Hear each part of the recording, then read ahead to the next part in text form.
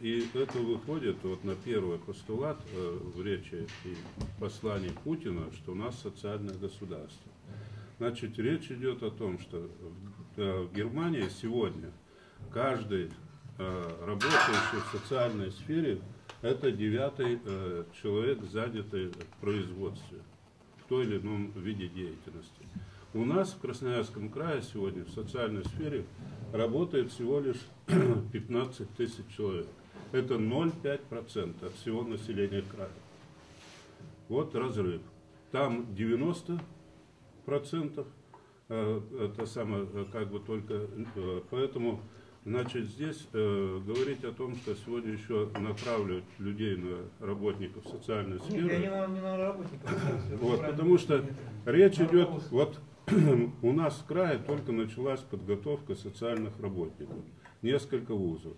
Значит, у меня защитила кандидатскую диссертацию на этой теме по анализу кадрового состава Кручко Галина Викторовна. Всего лишь 500 человек закончили, получили специальное образование, а все остальные не имеют базового образования. Поэтому здесь вот проблема-то как раз и идет о том, что привыкли по старинке какие-то программы составлять, прочее, не подкрепленные порой финансовой, другой стороной.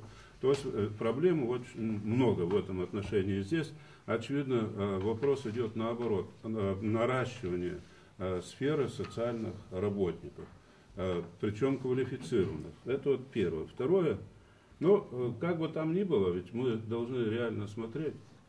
Посмотрите, в социальную сферу практически на уровне министров всегда направлялись люди малокомпетентные для разрушения. Это про это говорит. Да, да. Мы вот, То есть это, но это политика, это, к сожалению, центр была по многим. И здравоохранение, и министерство науки и образования, хотя там вроде как бы это самое. Поэтому, второе, по демографической ситуации, но посмотрите, у нас сегодня только 3 кафедры по демографии во всей России.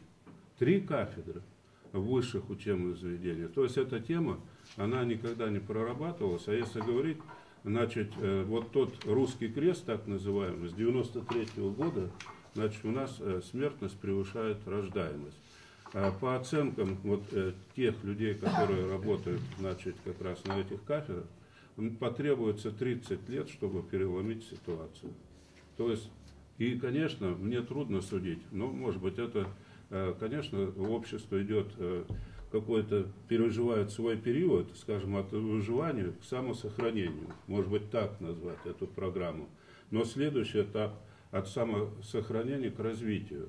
Вот я думаю, что, ну, Путин, понятно, что сегодня это связано с выборами, и на 6 лет он как бы прописывает определенные шаги. Вот другое дело, что их слишком много для того, чтобы, может быть, на все эти шаги хватило денег. И вот, значит, ну, по миграционной политике у нас тут Наталья Петровна недавно проводила большой форум. Как раз мы, правда, больше тоже этнополитика в рамках миграции обсуждали. Вот. И могу сказать, что ведь тоже то, что и Павел Владимирович говорил, действительно, сегодня, скажем, Израиль просит, чтобы все евреи вернулись на израильскую землю, на свою как бы родину. Это стало целой проблемой. Вот мне пришлось буквально недавно давать интервью по этому поводу. У нас выехало действительно 120 тысяч с высшим кандидатов наук, докторов наук. Значит, я не беру военно-промышленный комплекс, а по специальности устроились 30 тысяч человек, остальные в разной сфере. Проблема утечки ума, их интеллект, она есть и будет продолжаться. Поэтому здесь вот это многоплановая проблема. Или другой вопрос. Вот тоже для меня несколько неожиданным на этом форуме, когда мы обсуждали, стало, что квалифицированную рабочую силу сейчас в общий критерий введен в иммиграционных службах, что надо то, чтобы человек получал 2 миллиона рублей в год. Значит, вот мы с Натальей Петровной не квалифицированная рабочая сила, потому что у нас 700-800, наверное, так, тысяч в год получается. Поэтому в этом отношении как раз вот тема-то достаточно непростая. и вот проблема утечки и интеллекта, и других. Вот что касаемо проблемы образования, ну, знаете, действительно, Владимир Владимирович раньше в своих выступлениях неоднократно подчеркивал, что даже руководители других государств ему говорят: не ломайте вашу систему образования, она у вас одна из самых лучших.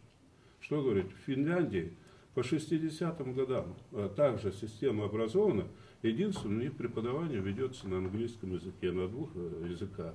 И они, получают, спокойно вливаются в европейскую среду и прочее. Мы начали ломать. Или взять американскую систему. Там общественная работа, чем человек больше занят в общественной сфере деятельности, выше рейтинг вуза и так далее. У нас как-то есть, в общем, мы отошли, скажем, а взамен не всегда что-то новое предложили. Вот, значит, конечно, вот эти все шаги, в общем-то, ну и по укреплению семьи, конечно, тут спорить, я думаю, с этими положениями просто трудно. Другое дело, мне кажется, лишь бы хватило денег, потому что программа слишком многоплановая, и на 6 лет тут в таких моментах, потому что средств в государстве не так много, экономику развалили действительно очень сильно. Вот посажено на бензиновую иглу. По расчетам у нас нормально живет всего 50 миллионов человек. Те, кто занят в аппарате управления, плюс кто нефтяной, значит, природные ресурсы, а все остальные как бы, в общем, вне поля деятельности остались. Поэтому, конечно, вот с другой стороны, не может государство бесконечно тратить деньги, скажем, быть донором для оставшейся части населения. И идея развития самодеятельности населения в разных сферах, конечно, это только можно приветствовать.